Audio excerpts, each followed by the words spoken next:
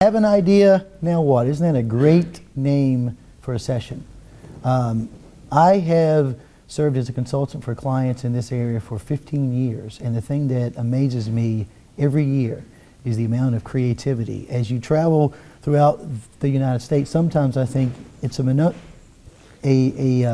a false statement to think that in the rural areas that it's agriculture only, that there's not creative people. There are many creative people in eastern North Carolina, and I've talked to almost 100 of them over the last 15 years. Well, I've talked to countless more, but I have worked specifically with almost 100 creative people all throughout this area. And that includes ECU alums, students, faculty, and staff. In fact, in the last 6 weeks, I've had 4 very interesting conversations with creative people with great ideas, including someone on our faculty, an ECU alum, a graduate student, and an undergrad who is 20, but he's got the mind of a 40-year-old. He is very mature, has a wonderful idea. He will be very successful. Now, an idea is the foundation of entrepreneurship. You must have an idea. It's the starting place. But then there's the question, is an idea enough? And an idea is the starting place, but you must plan accordingly.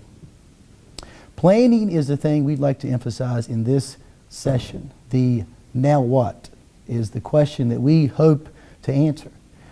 When you start to think about the planning process, there's the internal side and the external side. So as we start to answer questions and have a dialogue, we want to make sure to talk about the internal and the external planning that's required to take the idea from just a concept phase to a reality. We want to make sure that everyone who has an idea understands that there is a chance to turn this into a reality, but it does require a lot of hard work.